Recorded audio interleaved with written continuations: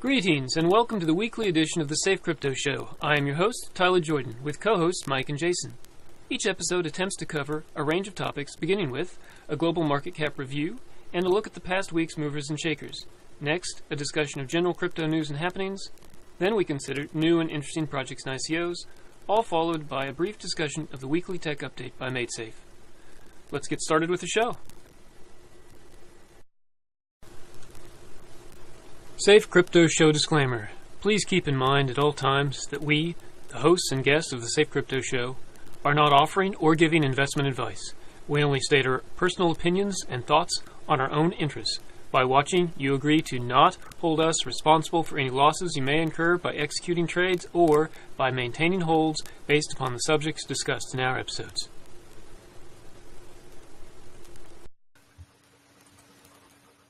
It is Friday, the 16th of March, 2018. Today I'm joined by my co-host Mike, so let's begin the show. Welcome, Mike, and thanks for joining the show today. Glad to be here again. So we start the show with the cryptocurrency market capitalizations. We've had a not stellar week. As we can see here, looking at the 7-day market cap, we started the week at, well, I've got here 381. I'm not sure what we said at the end of, at the beginning of last week's show, but pretty close to that, 381 billion, and we are now sitting at a 331, 332. Yep. So we've had basically a $50 billion drop. We don't like to see that. So everyone get out there and buy now. Turn it around. We can do it. Turn it around. You can do it. Yes, we need some turnaround here. It's getting a bit frustrating week after week to see this sideways movement. It does tend to happen like this, though, doesn't it? I mean, historically, we have a lot of sideways with some minor ups and downs, and then there will be a big push up, and it'll take us to that next level. So I guess you just got to be a hodler if you want to survive these crazy sideways, funky markets. Well, there is a line of thought for people who watch charts that when you see a double bottom, similar to what we've seen happen here in the past, say, month or so, we've had two bottoms and stuff. Now, it hasn't turned around, but if it was, there would be, some chart watchers that might say that that is the change of sentiment, that it found a bottom, it tested the bottom, and then it starts going up from there. So we can hope that those chart mechanics are correct, and we'll see a turnaround, hopefully, sooner than later. Well, certainly those people who follow chart mechanics might be looking at getting in. It would be nice to see that. And although we just hope that other fish don't play against their chart mechanic fish maneuvers. All right. So we're going to skip biggest gainers and losers this week because, of course, it wasn't pretty. So let's just go straight into Blocktivity. We can see that nothing too much of interest has changed here. Of note is that Ethereum is still pegged. Not too surprising, but what's going to happen? I mean, what can happen? As I've mentioned before, it's until Ethereum comes out with something to fix their scaling issue, there are big problems for Ethereum ahead. Big problems. What does it say here? They've got currently 8,000 unconfirmed transactions. That may be slightly better than last week, but the markets are kind of going a bit low now, and perhaps there's less activity, and so even with the lowered activity happening, Ethereum is still pegged. What's going to happen when the markets start to take off? We start to see more and more ICOs. I don't know, but there's a problem there. Maybe some of the Ethereum challengers will start to see some progress on ICOs on different platforms. That would be kind of an interesting change in the sentiment, but it should be interesting. A couple of months coming up. There are a lot of challengers ahead, so hopefully they can pick up some of the problems here with Ethereum. All right, so on to our news roundup this week. Let's see what we have here first. just a little story. The UK crypto exchange, a United Kingdom crypto exchange, will launch the first physically delivered Bitcoin futures contracts next month. Title's a bit short. I would have added a few more words to it. So, UK-based cryptocurrency exchange CoinFloor will launch the world's first physically delivered Bitcoin futures contracts in April 2018, an executive told Reuters on March 14th.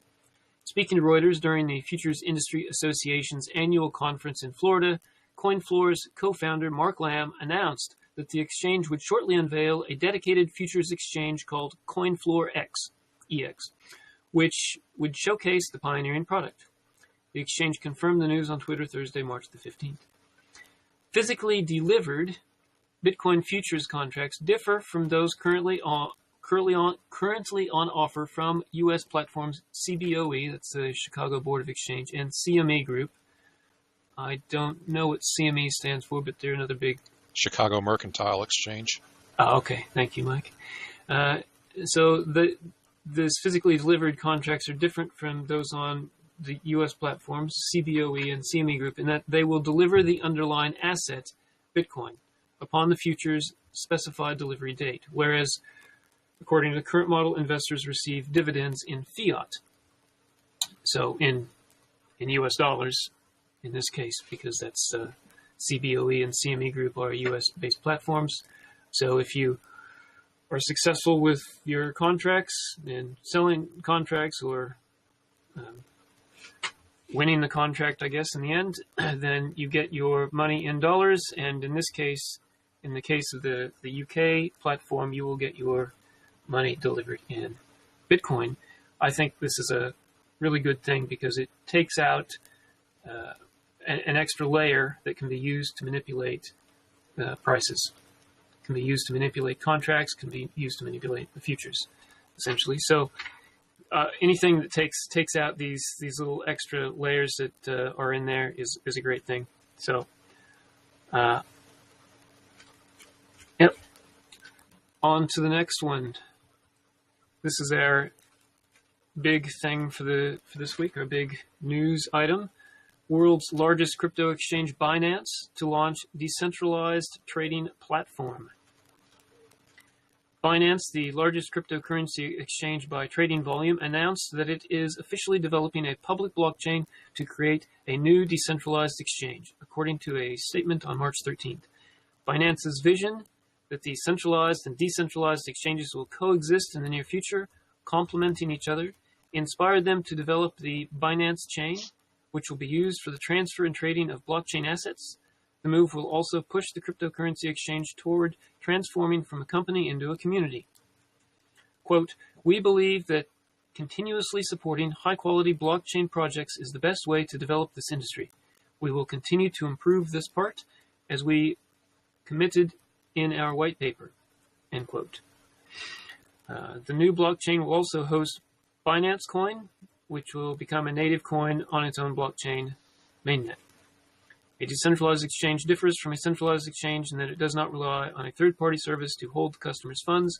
Users transact with other users without the need for a central server, and there is no central authority that possesses order books or custody. While decentralized exchanges provide more anonymity and are lauded as being more difficult to hack, they can be less intuitive for beginning traders and lack some of the features and functionality of centralized exchanges. Well, that's how they have been in the past. That's not how they necessarily have to be. So I think what's news about this for me is that current decentralized exchanges suffer from a massive liquidity problem. There are not very many people using them, and as such, in particular for less popular coins, they are really difficult to trade on and get a good price for the coins you're trading for. And here we have Binance, which is the world's largest crypto exchange by volume. It has the biggest volume of all exchanges at the moment. And if they get into this, then I reckon, they're going to bring a lot of that volume over to a decentralized trading platform, which could solve one of the major problems with decentralized exchanges and bring a lot more people into this space. And I think that would be really awesome, because the more we get into the decentralized exchanges, the less able governments are able to manipulate and twist things to their own ends. And I'll leave the rest to your own imagination about what they do.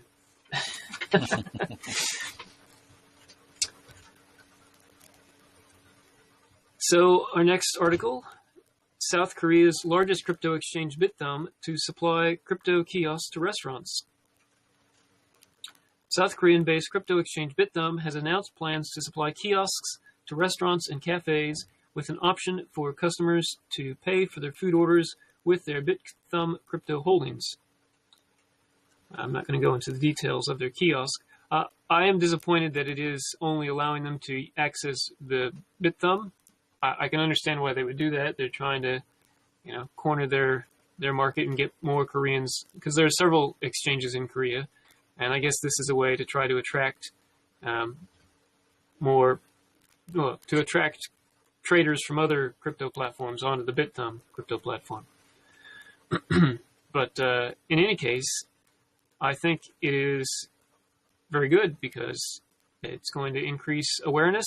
South Korea has a really strong crypto community, and it's going to increase awareness and bring more people into the crypto community. And if people can trade directly without having to go out and find somebody to trade their coin for fiat for and then use the fiat in the restaurant or whatever, here they can just go and pay directly with these kiosks. I think that is incredible and awesome, and I want to see a lot more of this in the future.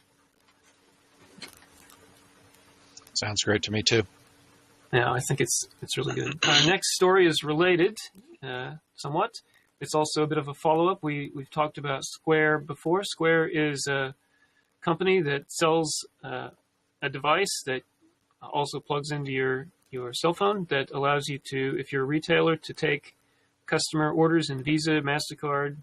I'm not sure if they have others like American Express. They probably do, but so a couple months ago, they talked about adding crypto to their app so that people can retailers can then take cryptocurrency as payment. So again, this would greatly expand out the base and use case for crypto. And I'm really excited to see this. Square is a big company. They sell their apps over here in Australia as well. So I'm not sure what their global reach is, but at least Australia and the US, probably the UK as well. And they're just starting to roll this out, and they've announced now that they're adding the option for Bitcoin now in Wyoming for Wyoming customers, and they're working on New York. So this is the beginning of their rollout. I guess these are maybe trial areas where they can see how it's going to go. So I'll read the first paragraph here. The Square Cash App, a mobile app formerly for sending just fiat currency, again via Visa or MasterCard, added a Bitcoin sending option in late January, has made Bitcoin buying and selling available for Wyoming users. The app is working on adding the option for New York residents as well, currently in the process of applying for state's BIT license. So, yeah, I think I'm reading this wrong, actually. I think I said that they were just rolling this out, but I think they rolled it out in January. It says in the second, I should have read this more carefully before. Sorry.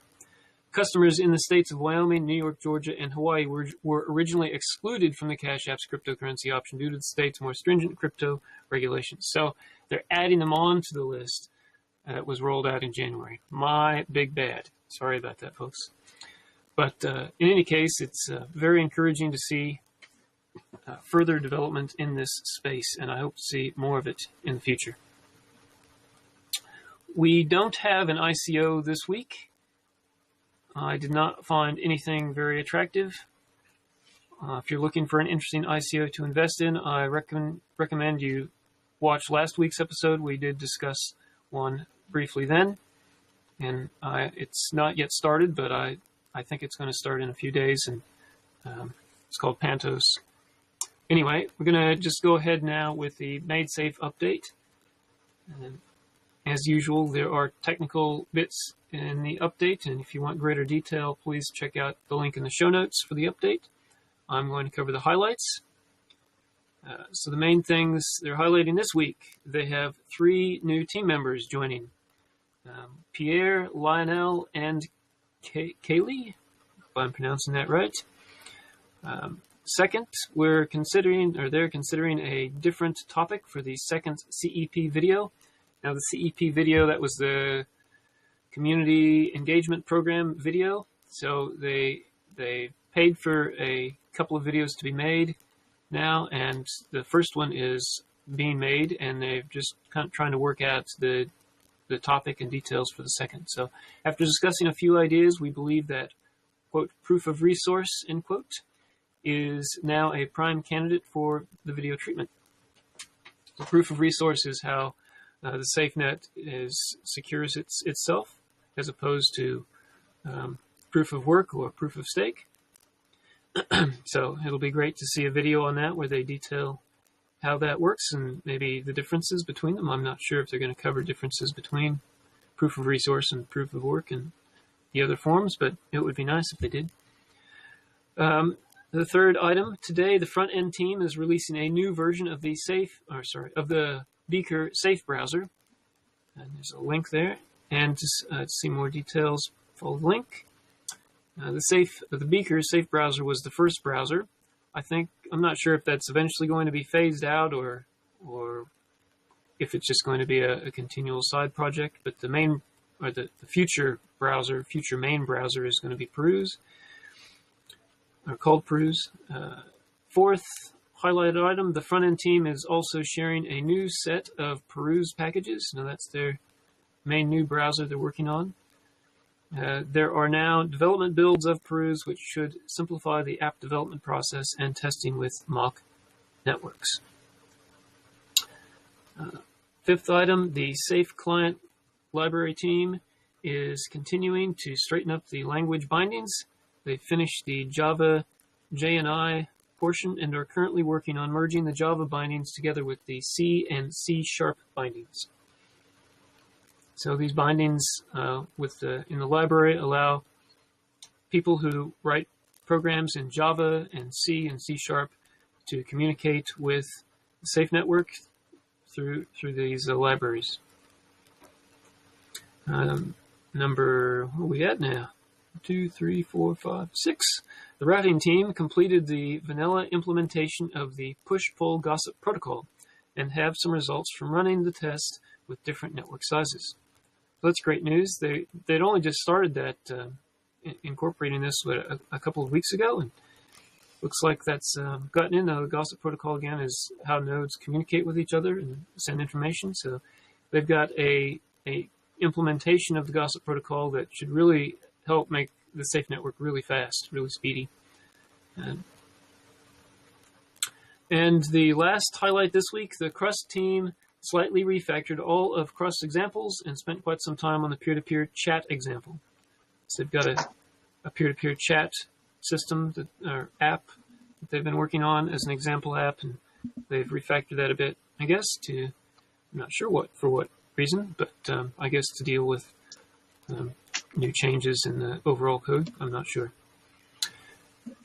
So, yes, this is great news, especially the new team members. We can see that they are rapidly working on expanding. I'm not sure what these new team members, what their positions are.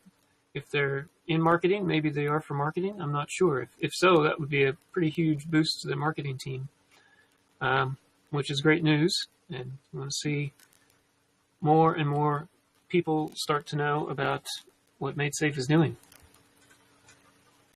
Okay, do you have any thoughts about what's happened this week, Mike? As far as for the South Korea news and stuff, I think it's kind of interesting that they got additional kiosks and places for people to get cryptos. More places that people are able to get them, the better, the more use that most of the people will have for the coins and stuff, at least as far as for being able to go and take part in the cryptoverse as it is, and being able to go and use more cryptos in the Square app for small businesses definitely helps out as well. Allows you to go and take part and get your products for the Bitcoins or for any other cryptos that are on the Square app and stuff. Not sure which ones are on that one, but anytime you can go and use the cryptos, the better it gets. So, yep, I think good it's stuff great on all news. that. Good stuff. All right, well, folks, that's all we have this week. I'd like to thank both our viewers and my co-hosts for joining me today. We hope you found the episode informative and helpful. Please subscribe, like, comment, and share our video with others. Tune in next week for another interesting episode. And as always, have a good week. We'll see you then.